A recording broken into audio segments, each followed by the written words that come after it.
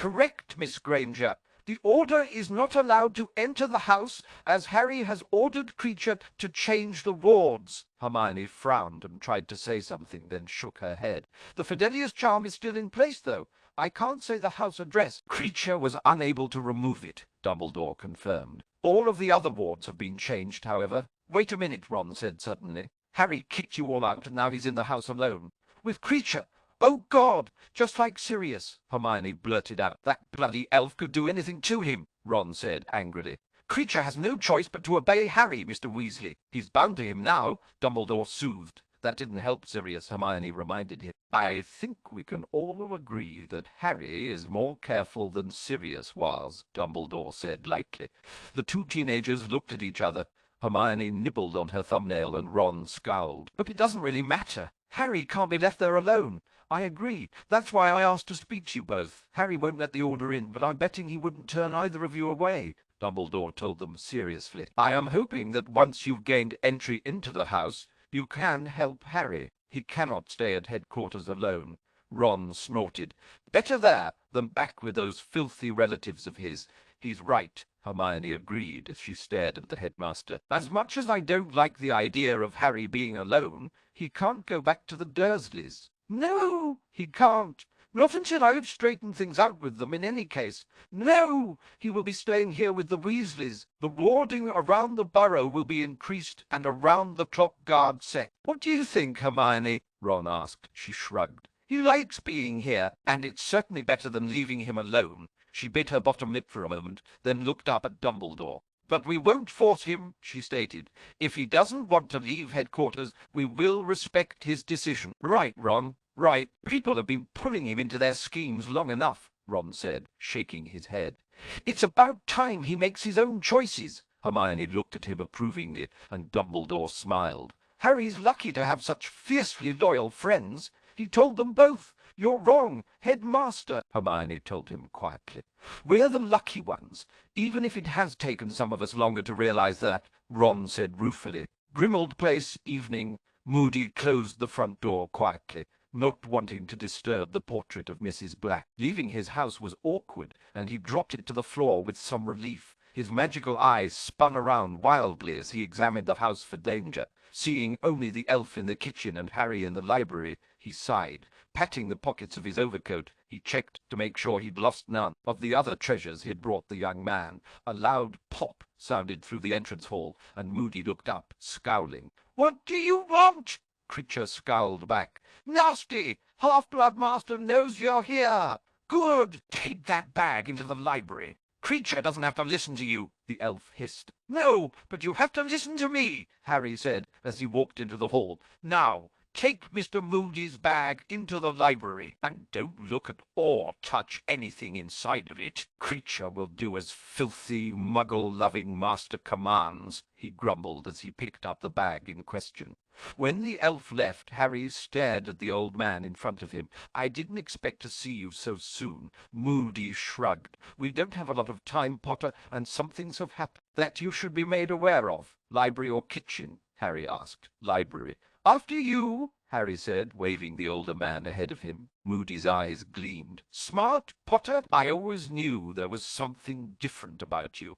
As the old man passed him, Harry frowned and rubbed his scar. I'm not talking about that boy, Moody snapped, his eye having seen Harry's actions. Unlike your friends, you don't trust someone simply because he says he's on your side. You're cautious, and that'll serve you well. Harry's expression hardened as they entered the library. A lesson I learned too late for some. And don't call me boy. Spotting the bag the elf had brought into the room and placed on a table, Moody walked toward it, shaking his head. True enough, Potter, but we all make mistakes. The smartest of us learn from them and move on. The dumb ones either wallow in guilt or never learn. Which will you be, I wonder? Unhooking the clasp that sealed the bag, he flipped it open and waved the young man over.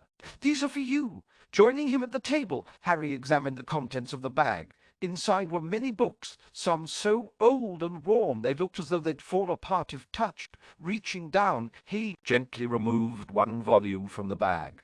He turned it over gently in his hands to read the title, Dark Lords, Unstoppable Creatures of Evil or Playground Bullies, then looked up at Moody questioningly. It's an old, out-of-print book, like most of the others in the bag, the old man told him, his eyes spinning lazily in its socket. But you should read it. Most evil men, whether they call themselves a Dark Lord, a General, or a Chancellor, thrive on misinformation. Take Voldemort, for example. Most people think he's immortal, unbeatable. He's not. He's human, Potter, with all the limitations and frailties we all have. It's just a matter of finding his weakness and using it against him.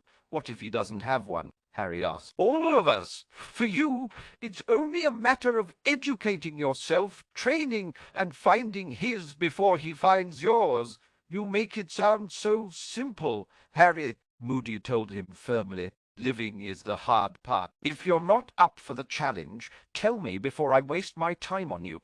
I don't want to discover that you don't have the balls to kill the bastard when the time comes. But I don't want to be a murderer, Harry exclaimed, glaring. Is it murder or self-defense, Potter? You know as well as I that Voldemort would kill you in a heartbeat if given the chance. Will you lay down your wand and die at his feet like a dog, or fight to live your life? When Harry only gaped at him, Moody shook his head in disgust. You made a small step in the right direction when you kicked the Order out of this place.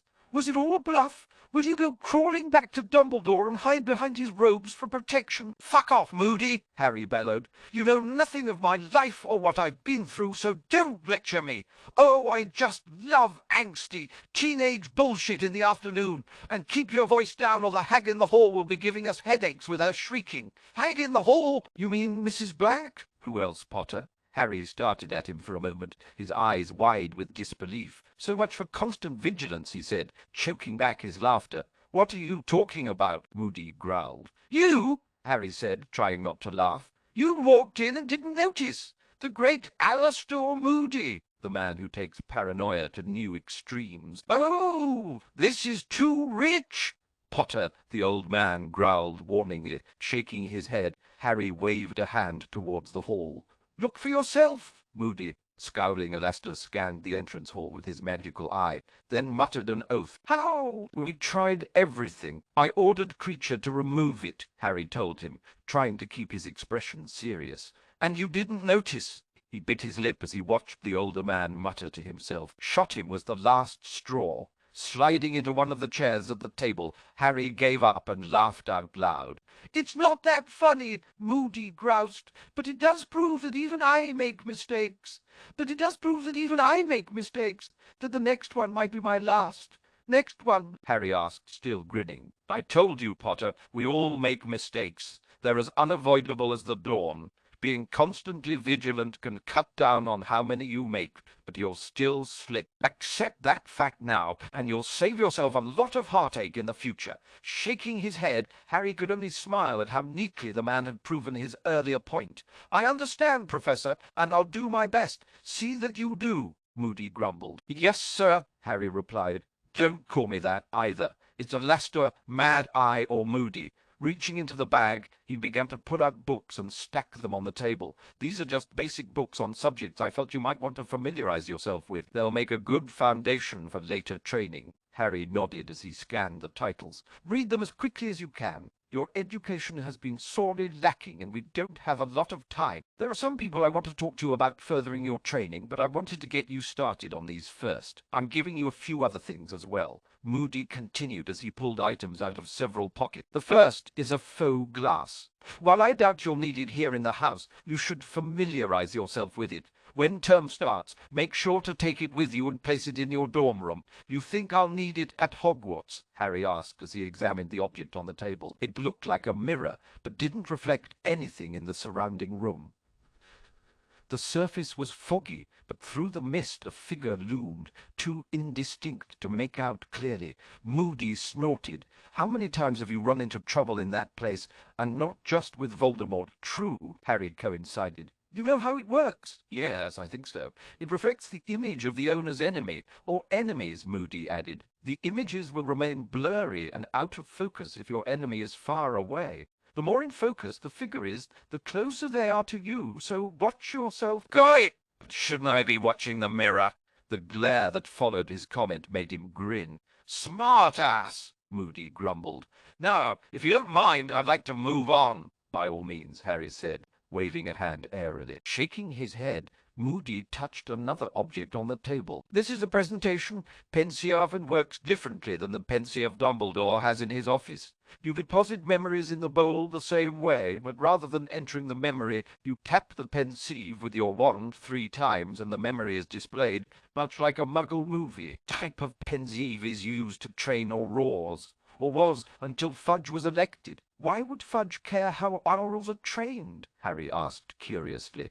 The Death Eaters own him, Potter, and no Death Eater wants to deal with an effective police force. Malfoy, Harry spat. Very good. Yes, Lucius Malfoy is Voldemort's mole. He controls Fudge and therefore the Ministry. I went back through the records and was able to pinpoint exactly when Fudge began taking bribes, based solely on department cutbacks.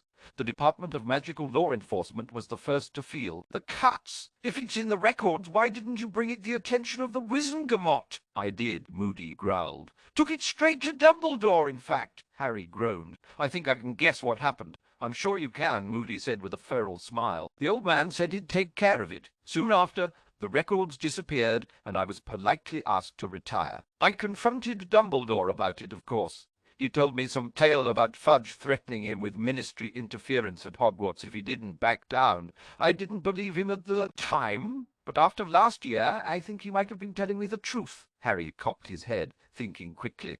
You may have a point. Dumbledore does tell the truth occasionally, Potter. The trick is separating out the lies before they bite you on the arse. He's a big picture kind of person. His problem is that he often forgets that the picture he's looking at represents people, not pawns. Don't defend him to me, Moody. I'm not. Albus has his faults, and he's made a lot of mistakes in his life, especially with you.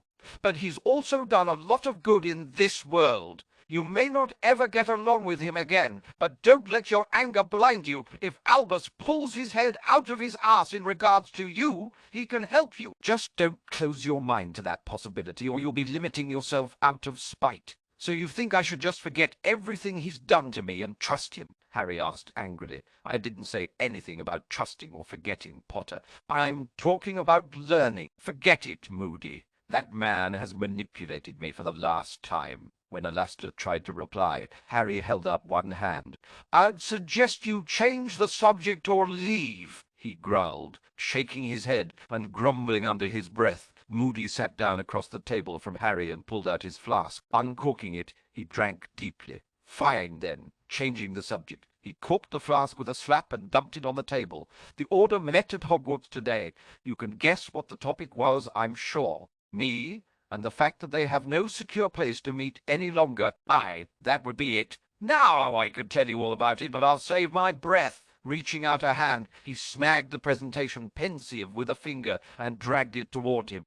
When he pulled his wand, he noted Harry's suddenly stiff posture and nodded to himself. The lad was watching him carefully, and Moody was glad to see it. Lifting his wand to his head, he paused a moment and brought forth the memory of the meeting. Once it was in place, he used his wand to extract it, flicking it into the Pensieve with an ease of long practice. Activate the Pensieve, Potter. Tap the rim 3 times with your wand, Moody instructed, tucking away his wand. When Harry lifted his hand from below the table, Moody was heartened to discover he already held his wand. The Pensieve rang like a bell each time the rim was struck. As the third bell-like tone rang out, the memory appeared above the bowl and began to play. Once the memory had played itself out, Harry sat back in thought. He was surprised by some of what he heard, though he was glad to hear the Weasley twins tearing into Dumbledore. He didn't understand Remus, though. The last time they'd spoken, he'd defended the headmaster. At the meeting, he'd called the man an idiot. It didn't make sense. What has you scowling now, Potter? Moody asked as he replaced the memory and pushed the Pensieve away. Remus, the last time I spoke to him, he argued Dumbledore's case, or tried to, at any rate. So why the change of heart, Moody? Harry asked. He was more than willing to do whatever Dumbledore asked of him. Then suddenly he's calling him an idiot. He realized he made a mistake, the older man said, shrugging. He came back to my place after the meeting and helped me choose which books to bring you. He's angry at himself for believing in Dumbledore so completely. He's angry at himself for not watching out for you. He told me you wrote something in a notebook and showed it to him, and that he discussed it with you later. When Harry nodded, Moody sighed. He said he didn't want to believe what you told him. Once you'd evicted the Order, however, he started looking at its members with new eyes. Are you saying he believes me now? Aye, and the guilt of ever doubting you is eating at him. He made his choice, Harry bit out. Seems to me he's made a different choice now. When Harry only glared, Moody stood up and sighed. There's a difference between being strong and being hard, Potter. With strength comes resilience. Become too hard, and you'll crack and shatter at the first knock you take. Harry stood up when Moody walked toward the door. Wait! You're leaving now! What about Hermione and Ron? Albus was going to talk to them, but I don't know when. Read those books, Potter. I've got people to talk to, and a few more items I need to find for you. Grimmauld Place, mid-morning. Harry finished washing his breakfast dishes and dried his hands. As he watched the water drain from the sink, he made a mental note to look up common household charms. Since the Ministry couldn't track his use of magic in the house, he could see no reason to continue doing things the hard way. He knew he could order Kreacher to do the cleaning, but he wanted as little contact with the elf as possible. As he walked out of the kitchen, making sure to keep the table between him and the refrigerator, he made a list of the things he wanted to accomplish. He still had several of the books Moody had given him to read.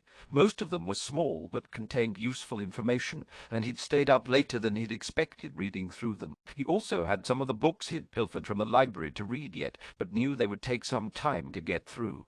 As Moody had stressed that time was short and seemed to think the books he'd brought were important, Harry figured he'd finish them first before starting on the others. Making his way to the library, he sat down at the table and pulled a book toward him.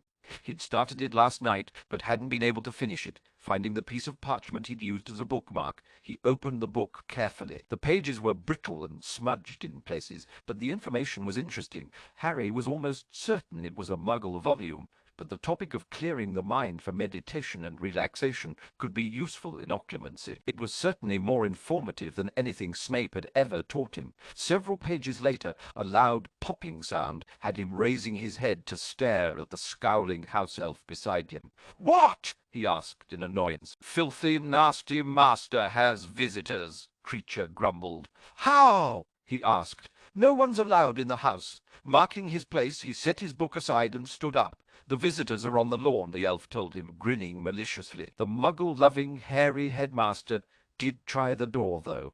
Harry's smile nearly matched the elf's, with the same results, I'm assuming. Kreacher cackled. He left a wonderful furrow in the weeds out front when he landed and skidded to a halt. He danced a small jig, then looked up at Harry with a touch of respect. Kreacher could almost like his new master if he weren't such a filthy, nasty little half-blood. And the less I see of you, the more I think I could actually like you if you weren't a demented, twisted little thing," Harry said, turning away from the elf and walking towards the door. Kreacher scowled for a moment, trying to work that out. Then, seeing that Harry was leaving, he trotted after him. "Kreacher has prepared the upstairs window." From Master he added, puffing slightly as he tried to keep up. "Thank you, Kreacher. Nicely done," Harry complimented as he turned and moved quickly up the staircase. Kreacher frowned. Had his new master just thanked him for doing his duty? Shaking his head, unable to puzzle out the young human, he followed up the stairs, though more slowly. Entering the front bedroom, Harry saw that the old drapes had been pulled back and the window opened. He wasn't sure why Kreacher was being so helpful, but figured it was a puzzle for another time. Just now, he was curious about his visitors. Standing at the corner of the window, he looked down at the front lawn. There, in front of the house, was Dumbledore, looking rather rumpled and annoyed. He still had twigs in his beard and dirt on his robe. Not far from him stood Tonks, frowning at the house, and Moody, who was laughing like a loon at the disgruntled headmaster. Off to the left, looking confused and a bit uncertain, were Ron and Hermione. Behind them stood a very concerned-looking Molly Weasley. "I'm still not sure this is such a good idea, Albus," Molly was saying. She kept glancing at the house, then back at the headmaster. "Be easy, Molly." "Harry won't harm them," Dumbledore said as he brushed at his robe. "Unless they try to harm him," Moody added, squinting at the students. "Why would we want to harm him?" Hermione asked. shocked at the thought. That would depend on what this fool has filled your minds with, Moody replied, jerking a thumb at Dumbledore. Alastor, please. You're not helping the situation, Albus said with some heat. Ron shrugged. He didn't tell us a lot, and I doubt it was the whole truth. Ron, Hermione hissed. Dumbledore looked a bit hurt by the statement, but Moody smiled. Ronald Weasley, you will apologize, Molly demanded. For what? Honestly, Mum, when was the last time any of you told us the whole truth? Oh, you say it's for our own good, and I'm sure you believe that, but being kept in the dark has caused the three of us more trouble than knowing the truth would have. Into the silence that followed, Hermione nodded her head, though reluctantly. I'm sure he didn't mean to sound so disrespectful, but he's right.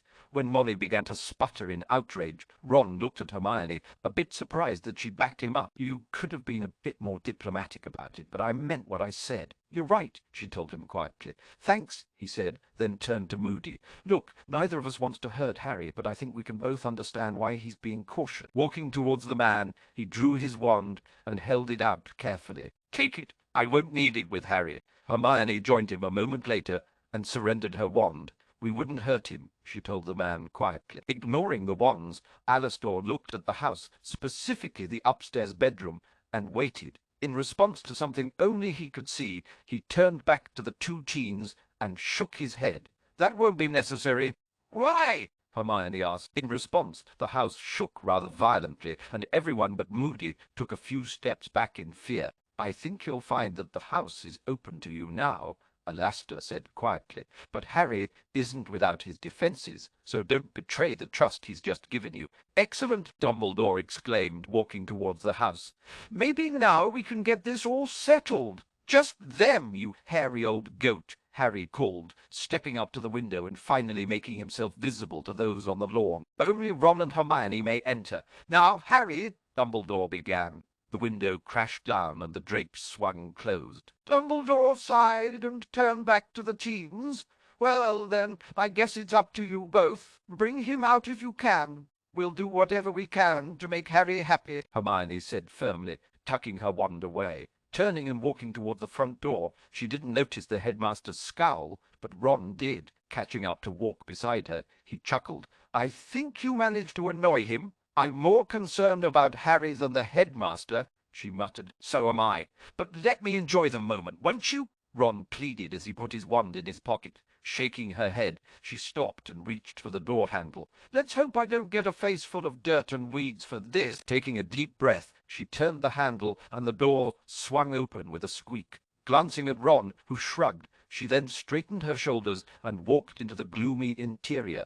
Ron followed, closing the door behind him. Welcome to the former headquarters of the Order of the Phoenix, a raspy voice said from the top of the stairs. Ron and Hermione both jumped and spun towards the voice. Sorry, Harry said as he walked down the stairs. I couldn't resist. Hermione slapped a hand over her heart and frowned at him. That wasn't nice, Harry. Maybe not, but I won't have been able to resist either, Ron said, grinning. Come on, Hermione. Lighten up a bit. He faced Harry and looked him over carefully. Living on your own seems to be good for you. I can't say much about the house, but I could get to like the whole no adults thing. The house has its benefits, Harry said, shrugging, but I'll get into that later. He smiled at Hermione. I'm sorry for scaring you. Prat, she muttered. Then her eyes widened and she looked at the landing. Wait a minute. Where's Mrs. Black's portrait? Harry laughed. You're quicker than Moody. I had to point it out to him. Ron, staring at the now bare wall. It's certainly an improvement. I may have gotten rid of the old harridan, but I've still got an evil house elf to deal with. There's also a rather nasty beast that's taken up residence in my refrigerator. What? Hermione asked, confused. Harry waved away her question. We'll get to that later. What I'd like to know is why you're both here. I have been told that Dumbledore felt being here was too dangerous for you. We're supposed to talk you into coming out of the house and returning it to the Order, Ron said cheerfully. We really need to work on your tact, Ronald, Hermione groused. I don't need tact, Hermione. I need the truth, Harry told her quietly.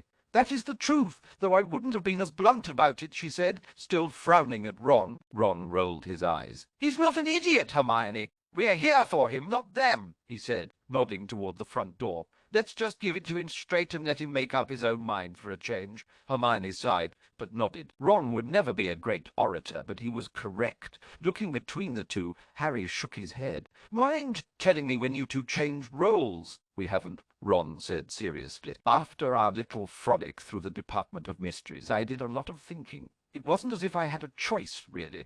Those brain things sort of rifled through my memories, but I guess they did me a favor. His eyes met Harry's. I've been a real prat from time to time. We've always managed to work things out, but that doesn't excuse what I've done. I know I've got a lot of hang-ups, being the youngest son, being poor, but that's no reason to take it out on my best friend. Hermione whitened her eyes and blinked. Never tell me that Ronald Weasley has gone and grown up on us. She placed a hand over her heart. I think I might faint from shock. When Ron glared at her, she grinned. Oh, lighten up, Ron. Harry's lips twitched. Don't you hate it when someone throws your words back at you? Yeah, Ron grumbled, still glaring at Hermione. When he turned back to Harry, he shrugged. I just needed to say that. I know that you trust Hermione. She's always been there for you when you needed her. But even after everything I've done, you still trusted me enough to let me into the house. It means a lot, Harry. You and Hermione were always there when I needed you the most, Harry said, looking between them. Although, if we're going for total honesty, I have to admit that when you both tried to give your wands to Moody, it sort of sealed the deal. I'd been debating with myself about letting you in before that. I wasn't sure what Dumbledore had told you, or if I could trust you. Ron winced slightly and rubbed his ear. I think I understand what Hermione was saying about tact now. Brutal honesty has its place, Hermione said. Yeah, I suppose. And with the way things are now, it's probably for the best, Ron added. Harry, what's going on? This whole situation is rather confusing. Raking a hand through his hair, Harry sighed. I know, and I'm not sure how to explain it. Over a cup of tea, preferably, Hermione said, heading for the stairs to the kitchen. I'll be down in a minute. I need to grab something from my bedroom. Oh, and don't open the refrigerator, he called after her. What's wrong with it? Ron asked, puzzled. I'll explain later, Harry replied, walking up the step. Shrugging, Ron followed Hermione to the kitchen. Walking into the kitchen a few minutes later, Harry found his friends sitting as far away from the refrigerator as possible and staring at it with some alarm. You didn't open it, did you? He asked. No, but it growled at me when I walked by it to make tea, Hermione said, never taking her eyes off the appliance. What's in there? Ron asked. I've no idea. I was looking for something to eat my first morning here and made the mistake of opening the door. I don't know what it is, but it blinked at me. It blinked, Hermione asked, alarmed. Yeah, and whatever it is has more than 2 eyes, Ron shuddered. Why don't you just get rid of it? I was thinking of sending it to Hagrid, but haven't worked out the logistics of it yet, Harry told them as he sat down, taking the chair closest to the door, and placed his notebook on the table. Why not just let Creature take it? Hermione asked, still staring at the refrigerator. I don't want him leaving the house. That's probably a smart idea, but I'm not sure I'd want that elf near me for any length of time, Ron commented. That's one of the things everyone's worried about, Harry, Hermione told him, finally looking at him. The Order is concerned about you being here alone with Creature. He's not so bad, really. I rarely see him. The few times I've told him to do something, he's done it, but only because he has to. He can't leave or speak to anyone outside the house unless I give him orders to do so. Dumbledore was right about that part, at least. He said you be careful with Creature, Hermione said quietly. Actually, Dumbledore said we could all agree that he would be more careful than Sirius, Ron corrected. When he saw Harry's face tighten with anger, he held up a hand. I didn't say either of us agreed with him, though.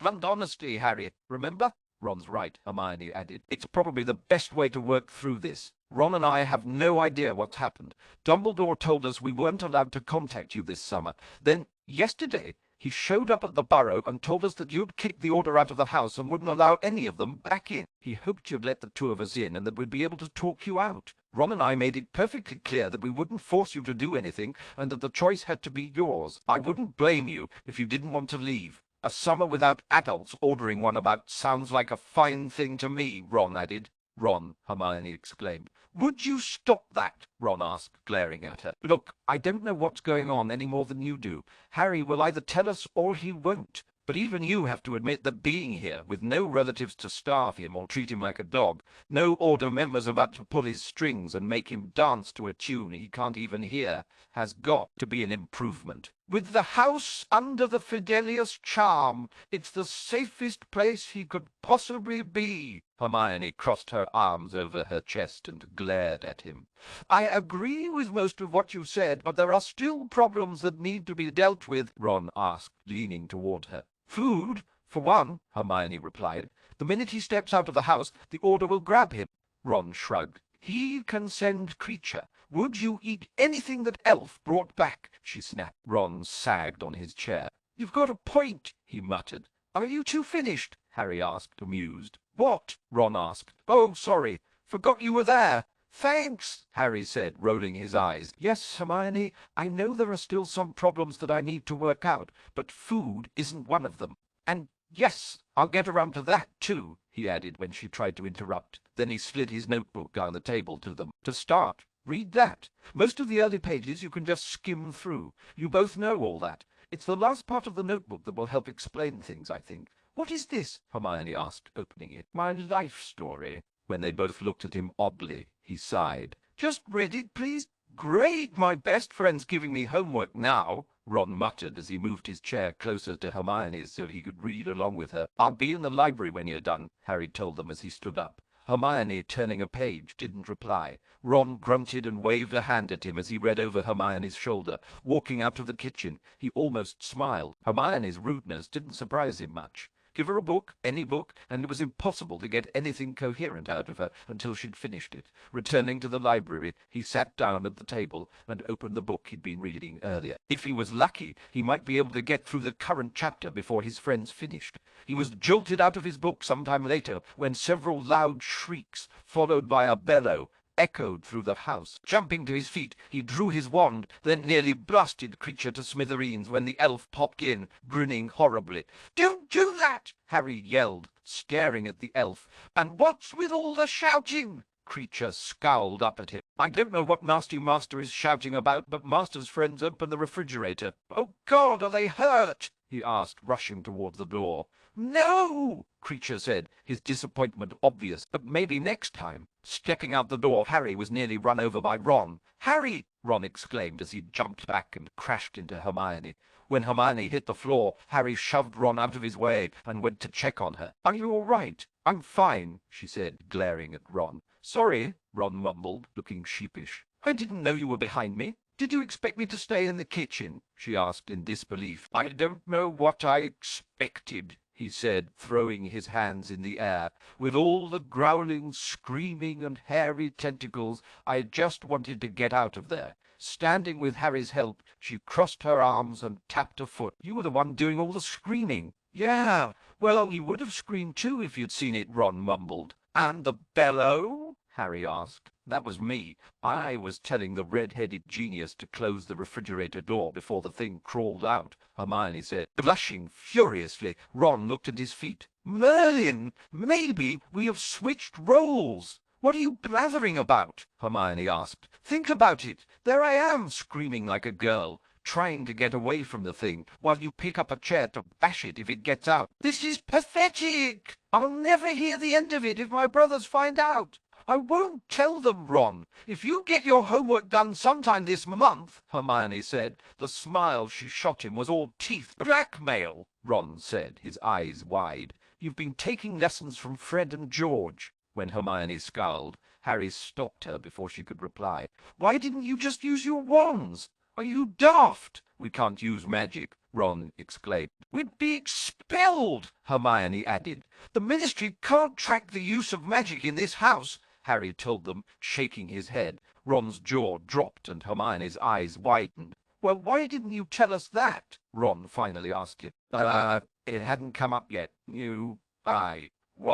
Growling with frustration, Hermione pushed past them and went into the library. It must be the Fidelius. Following her, Harry shrugged. That's what I assumed. You still could have told us, Ron muttered. I would have gotten around to it. Besides, I told you not to open the refrigerator. I forgot. I was going to grab a few butterbeers before we came up, Ron told him. Wait a minute. If you can use magic, why haven't you gotten rid of that thing? I told you I want to give it to Hagrid. Oh, right. If you two are finished, Hermione asked, holding up the notebook she'd managed to grab before scrambling out of the kitchen. There are some things we should talk about. Sitting down at the table, Harry slid a bookmark into place and closed the book he'd been reading. Leaning back on his chair, he looked at his friends and waited. "You were right," Hermione told him as she sat down across from him. "We know most of what you've written." She placed the notebook on the table in front of her. "But we're seeing it from a new perspective now. This is going to sound bad, and I don't want to hurt you, Harry, but I never stopped to think about this from your angle. Ron and I were with you through most of it, but it was all aimed at you, not us." "I think it allowed us to distance ourselves from most of it," Ron added, taking a seat next to Harry.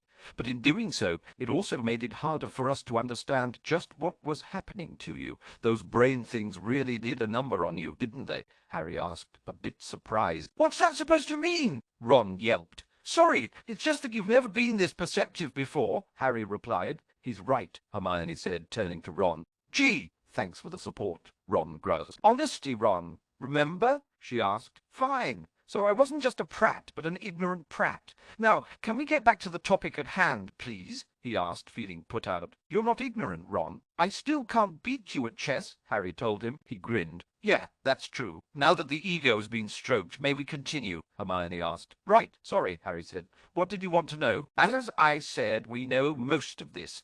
But the stuff you wrote about this summer is new. Harry, I don't want to anger you, but I have to ask this. Could you have exaggerated what happened?" "No," Harry replied firmly. "Are you sure?" "I know when I'm angry, I sometimes." "This will go a lot faster if you see it for yourself," Harry told her. Reaching across a stack of books, he grabbed the pensive Moody had given him. Seeing the bowl-like object, Ron's eyes widened. "Where did you get that?" "Moody gave it to me," Harry said. "It's a presentation pensieve, something the Aurors used to use.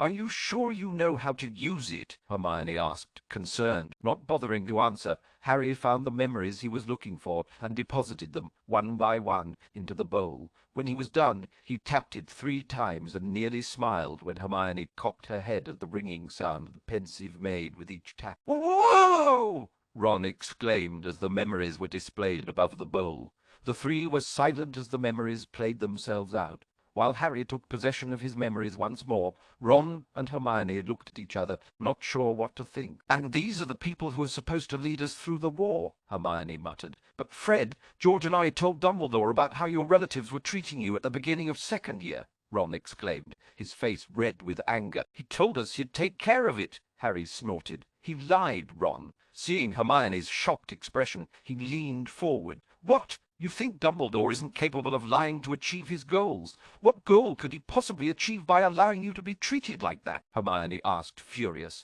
Harry held out both hands, palms up, and shrugged. "I don't know. I only know that at the end of 5th year, after telling me the prophecy, he said he knew what he was condemning me to when he placed me with my relatives. He knew what I went back to each summer, and still insisted that you had to be there," Ron added. "Because of the Blood Wards?" Hermione asked, chewing on her knuckle. "For the first 10 years. Yeah, I could buy that. Maybe. But after he started Hogwarts—" "There was no reason for it," Ron told her. "It was the safest place for him," Hermione said. "Not really," Ron said, thinking quickly. "Strategically, headquarters would have been the safest place. The Dursleys' house isn't hidden. Voldemort could have found him there. He might not have been able to breach the wards, true, but any time Harry left the house, Death Eaters could have grabbed him." "God, he's right!" Hermione whispered, horrified at the implications. Ron turned to Harry, shaking his head. "This doesn't make any sense. Dumbledore had to know how vulnerable you were there, unless he's a complete idiot. But if he knows, why does he keep sending me back?" Ron looked at Hermione a bit helplessly. "You got anything?" "Only that Dumbledore isn't an idiot," she said. Seeing Harry scowl at her, she clarified. "I'm not defending him, but it's the truth. He's an intelligent man, which means something else is going on, something we haven't been able to puzzle out. Whatever it is can't be good," Ron muttered. "Not for Harry, at any rate. So what do we do?" Hermione asked, looking at her best friends.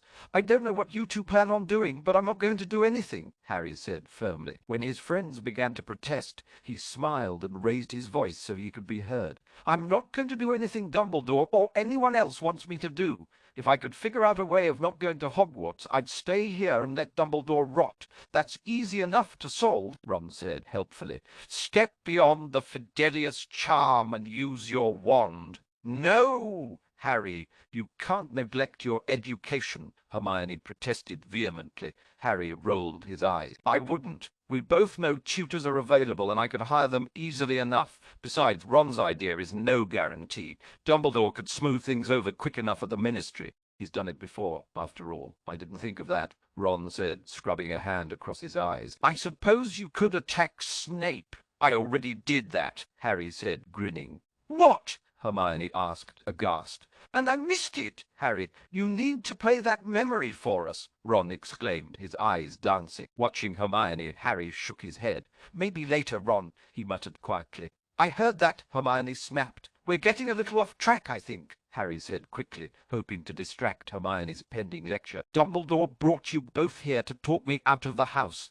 It isn't going to work. There's nothing either of you could say that would convince me that I'm better off somewhere else. He wants you to spend the rest of the summer at the Burrow, Hermione told him. I like the Burrow, Harry admitted, but it puts the Weasleys in danger, and I won't do that. Besides, I like being here.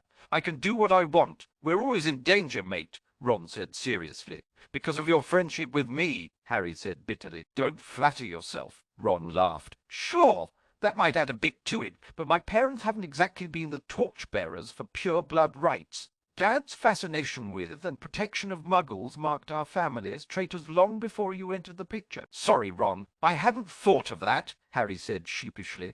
Look, leaving the house puts me back under Dumbledore's control. You've read through my notebook and seen the memories, so you should understand just what that will mean. Hermione shoved away from the table and stood up. I still can't believe what the headmaster's done to you, she ranted. All this time, I thought he was looking out for you, trying to keep you safe. She spun to face him. Dumbledore knows what you've been through. Has he said anything to you about why he continues to allow such abuse? Only that he's trying to keep me safe, Harry said, shaking his head.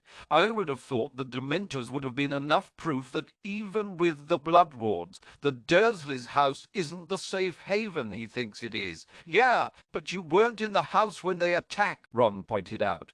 True, but your father hooked up the floor to the house, remember? What's to stop someone else from doing it? We know there are Death Eaters working at the Ministry, Harry said, frowning. But Lucius Malfoy's in Azkaban, Hermione reminded him. Not for long, Ron muttered angrily.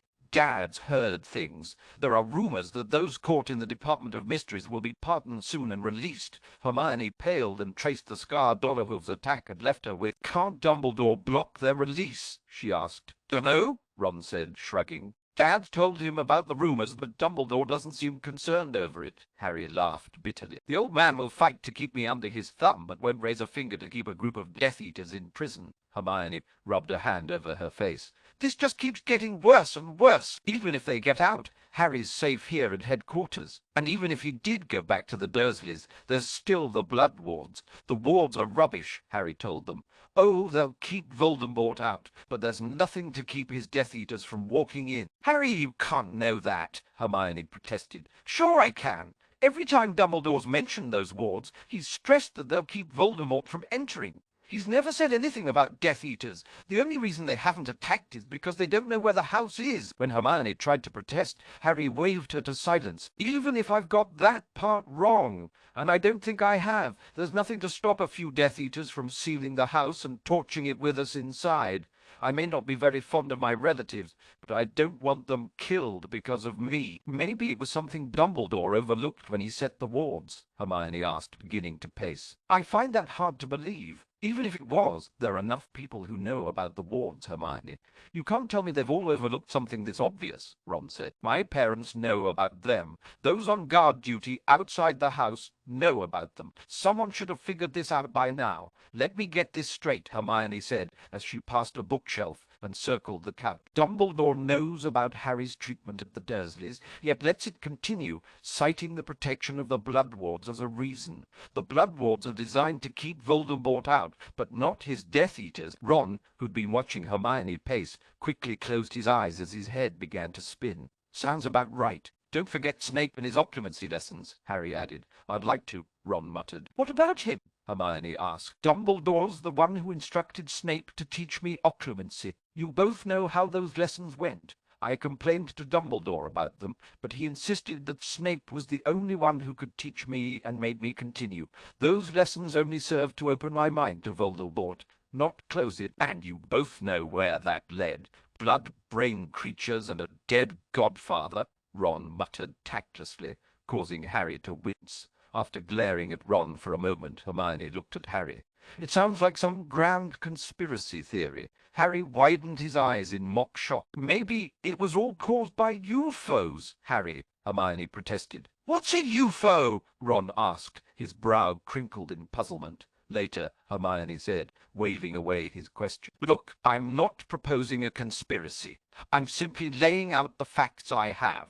They might be connected, they might not. There are too many things that don't make sense, and I can't pass them all off as coincidence. When Hermione tilted her head and waited for him to continue, Harry rolled his eyes. All right, let's start with the Dursleys. Dumbledore knew how they were treating me and did nothing. He said he couldn't remove me because of the Blood Wards, but we'll get back to that in a second. Even if the Blood Wards don't have the flaws I think they do, what was to stop him from having a little talk with my relatives? He forced them to take me in. He could have forced them to treat me better, but didn't. On to the Blood Wards, so they can keep Voldemort out, but Dumbledore said nothing about Death Eaters. The house was hooked up to the floor network once. It could be hooked up again. Even disregarding that, we know people can port key in and out. Order members have done it. So have I, for that matter. People can also apparate into the house, assuming they know where it is. And that seems to be the key to the Blood Wards, at least part of it. Voldemort can't cross the wards, but his Death Eaters can if they find it.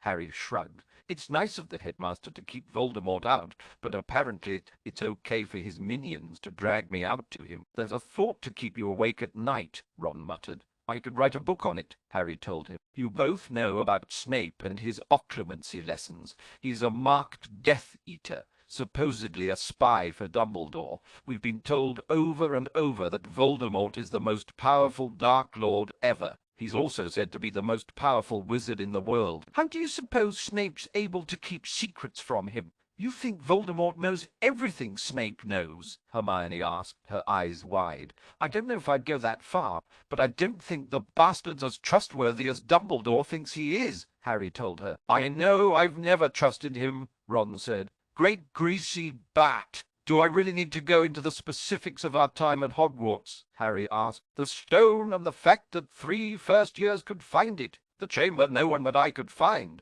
My name in the Goblet of Fire, Cedric's death and a Death Eater posing as a professor. Umbridge, and the fact that she sent Dementors after me before she ever met me. The disaster at the Department of Mysteries and Sirius's death. Shaking his head, Harry stared at Hermione for a moment. I'm not saying there's a conspiracy, just that Dumbledore's protection hasn't amounted to much. He's right, Hermione, Ron said quietly. Every time he's gotten into a jam, he's gotten himself out. Usually with the help of my 2 best friends, Harry added. Ron grinned. Yeah, true. So what's the bottom line here, Harry? What are you saying? Hermione asked as she sat back down at the table. I'm saying no, Harry told her simply. No to Dumbledore's protection. No to the Order of the Phoenix. Hogwarts is a fine school if one wants to learn how to brew potions, grow magical plants, or turn matchsticks into needles. Unfortunately, I don't want any of that. I just want to live, Hermione, and no one at Hogwarts seems able or willing to teach me how to survive Voldemort. Ron scowled down at his shoes. However much he might have wanted to dispute what Harry said,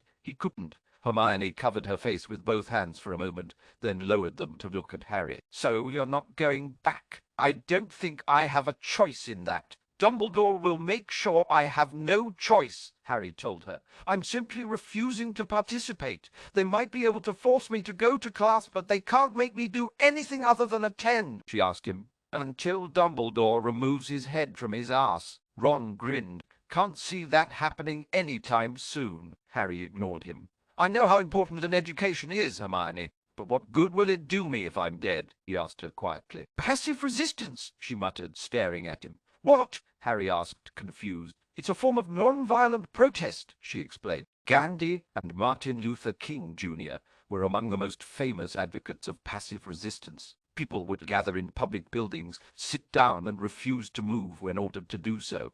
They were often arrested for civil disobedience, but when you're dealing with thousands of protesters, it's a real strain on law enforcement.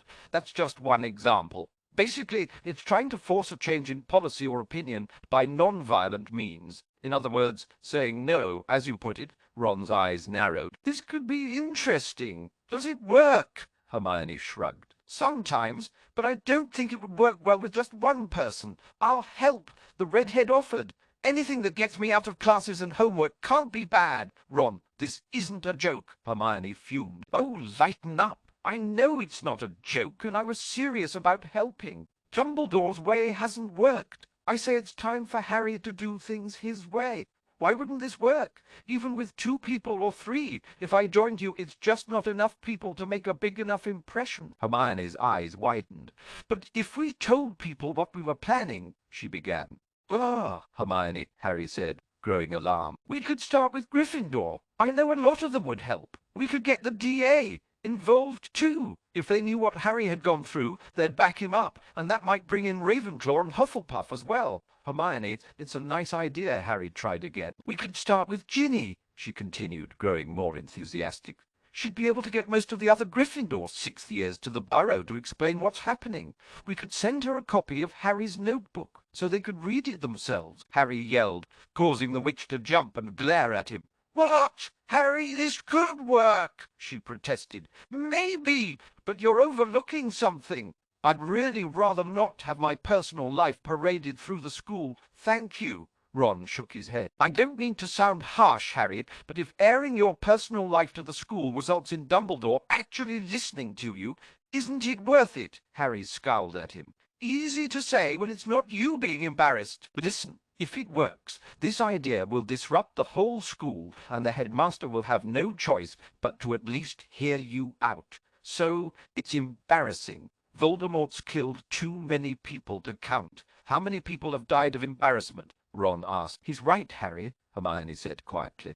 You're only saying that because you see this as some nifty new project, Harry told her bitterly. Yes, keeping my best friend alive, which is what he said he wanted, she snapped. It was your idea in the first place, not to bring the whole bloody school into it, Harry shouted. It's the best chance you have to make this work, she told him firmly. Dumbledore's been ignoring your complaints for years, Harry. What makes you think he'll change his mind? He might just decide to wait you out, figuring you'll grow tired of it.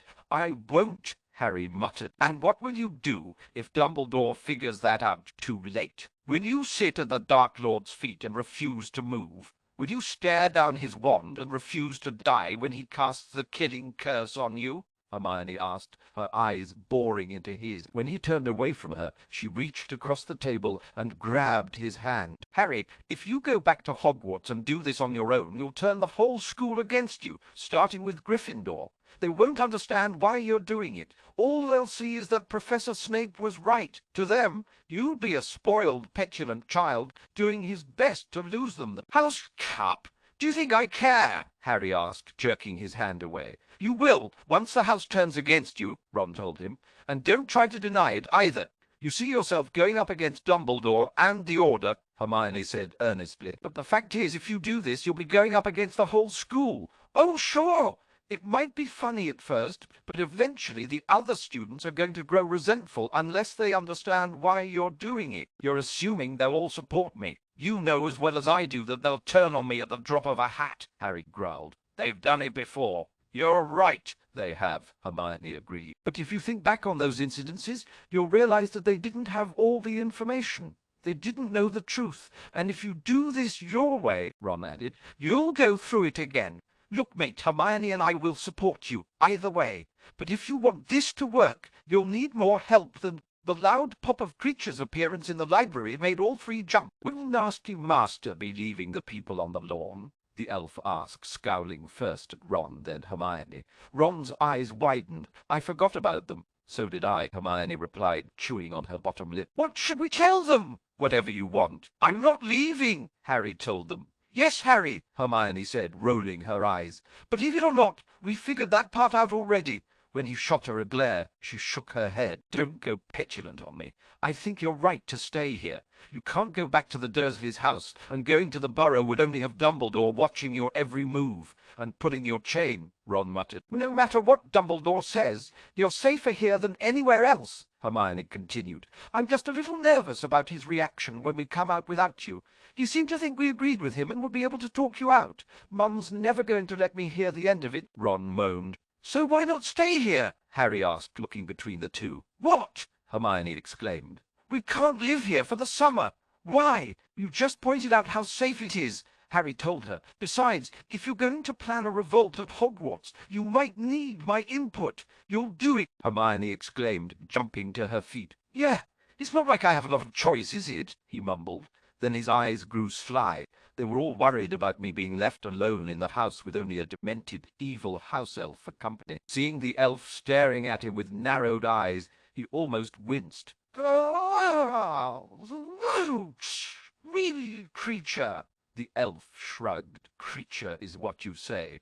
Then he grinned maliciously. But then Nasty Master isn't as nice as everyone thinks. Shaking his head, Harry turned back to his friends. Anyway, as I was saying, if the two of you stayed here with me, that rather neatly takes care of one of their concerns, doesn't it? Ron laughed. Maybe the hat should have put you in Slytherin. Not that there was any doubt, but I'm in. A summer of no adults ordering me around, no siblings to worry about, and a mutiny to plan. Sounds grand to me. Both young men turned to stare at Hermione. Well, Ron asked, it would make the planning a lot easier, but my parents think I'm spending the summer at the Burrow, she told them. Hedwig's upstairs. Send them a note, Harry told her. And tell them what? She asked, throwing her hands up in frustration. Turning away, she began to pace again, and Ron, learning from past experience, closed his eyes. Let's see. Dear Mum and Dad, I'm no longer at the Burrow. I'm in a home I can't give you the address to because it's hidden and I'm living with two boys. You remember Ron and Harry, don't you? My best friends. We're planning to overthrow the Hogwarts headmaster and make sure Harry lives through his fight with Voldemort.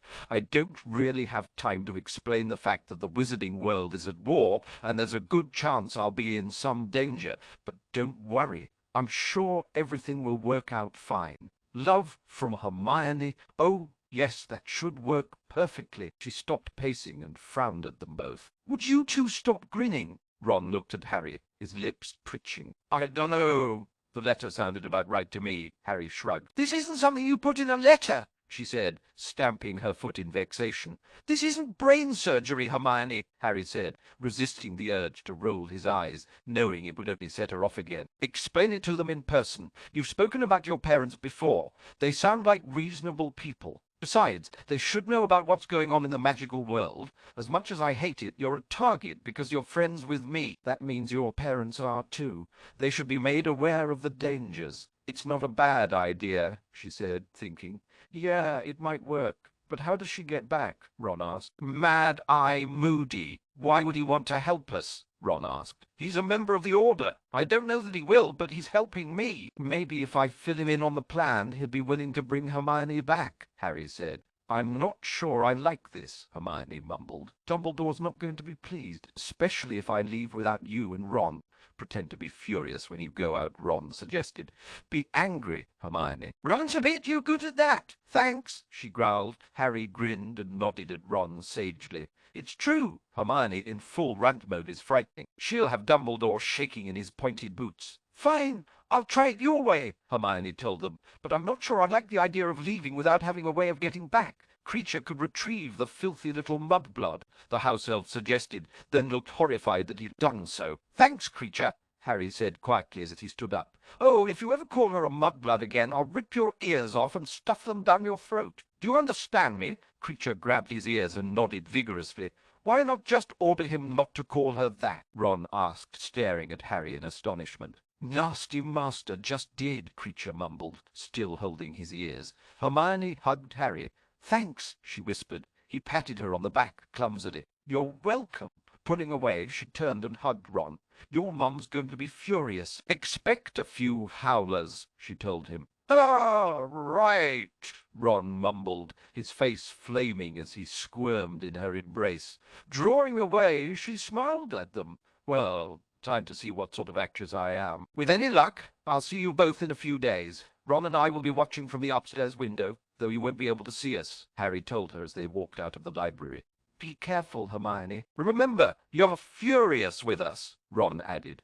I'll give you a few moments to get upstairs before I go out, she told them. Reaching the front door, she turned and smiled at them. Once you're gone, I'll open the door. Don't mind the yelling. Yelling? Ron asked as he started up the stairs. I've got to make it look good, don't I? She asked. Don't overplay it, Harry cautioned. Trust me, she replied. I hate it when people say that, Harry grumbled from the top of the stairs. When Ron started toward the back of the house, he rolled his eyes. No, the front bedroom. This house always gets me turned around, Ron complained. I really don't think it's the house's fault, Harry said. What's that supposed to mean? Hermione shook her head as her friends disappeared. Taking a deep breath, she plastered a furious scowl on her face, turned and jerked the door open. I can't believe you two, she shouted over her shoulder. The headmaster is only looking out for Harry's safety. If you two can't see that, then there's nothing more to say. Slamming the door closed, she walked quickly out to the lawn, her steps radiating anger. She muttered under her breath and clenched her fists at her side. Miss Granger, Dumbledore asked as she drew closer. What's happened? She looked up at the man she'd once respected and nearly growled. Harry won't come out, and Ron's decided he'd rather have a summer with no parental supervision than go back to the burrow, she exclaimed. I tried to tell them that it's not safe to stay here, but they wouldn't listen to me. Oh, Merlin! Did she have to say that? Ron groaned as he peeked out the upstairs window. She's right. You'll be getting howlers for sure, Harry said, laughing. Yeah, now that's... She's painted it in the worst possible light, the redhead grumbled. Harry waved him to silence. Be quiet, Ron. I can't hear what she's saying. It's no use, Hermione's rant continued, of me saying that I cared more for my prefect badge than I did about them, Ronald Weasley. Molly bellowed. You get out here this instant. It's no use, Mrs. Weasley. They can't hear you, Hermione told her bitterly. They were down in the kitchen, stuffing their faces. Then she looked at Dumbledore. I'm sorry, Headmaster. I tried. I really did, but they just wouldn't listen. Turning her back to them, she covered her face with her hands. Using the index finger of each hand, she jabbed herself in both eyes several times. When they began to water, she spun back around and bit her lip. I want to go home, she wailed. I want my parents. Then, seeming to weep broken-heartedly, she threw herself into Mrs. Weasley's arms. Molly looked at Dumbledore helplessly. Albus, I can't leave, she began. Here, I'll take her, Moody growled. Give the girl to me, and I'll see her home. Gently, Alastor, Dumbledore cautioned. He untangled Hermione's arms from around Molly's neck and escorted her to Moody. It's all right, Miss Granger. I'm sure you did the best you could. But they're both in there, alone with Creature. Hermione hiccuped. There. Dumbledore soothed as he passed the young woman over to Moody. I have another plan that might work. Oh, I hope so, she said, sniffling. Take her home, Alastor, Dumbledore said. Nodding, Moody wrapped her hand around Hermione's upper arm and disappeared with a loud cracking sound. What do we do now, Albus? My son's in there, Molly exclaimed. As I said, I have another plan. However, standing out here isn't going to accomplish anything. Go home, Molly. I'll contact you as soon as I have more information. Mrs. Weasley looked longingly at the house once more, then apparated away. Dumbledore stood on the lawn for a few moments, staring at the house. Then, with a sad shake of his head, Harry and Ron looked at each other for a moment, both a bit stunned. I never knew Hermione could act, Harry muttered. Author's notes, mental note. Never offered cookies for reviews. It took me all night to bake those damn things. Okay, here's the deal. If you have a burning question that you absolutely need an answer to, head on over to our Yahoo group and ask it there. I don't want to clutter the notes with review responses unless a bunch of you ask the same question, or I feel the need to torture one of you, or a few of you. A bit of information for all of you. Write more. Reviewers, I'm not going to write any more of this story for one simple reason. It's already complete. And for your next question, there are 9 chapters total. Once again, I'm not following canon here, so live with it. But me that I shouldn't invite people to bite me as I did in the previous Anne. But I would like to remind any of you budding bitters, vampires, werewolves out there to remember who you're dealing with. Bite me, and I'll yank out every single one of your teeth using nothing but a spork. Oh, one last thing. There is no ship. Don't ask. Don't suggest. It's done, and I won't change it. Note from Bob. If you're sick of the idiotic icons at the top of the screen and you're using Firefox, get Adblock plus admin and block the images. It still puts the annoying share in the main text field, but at least you don't have to look at those icons anymore.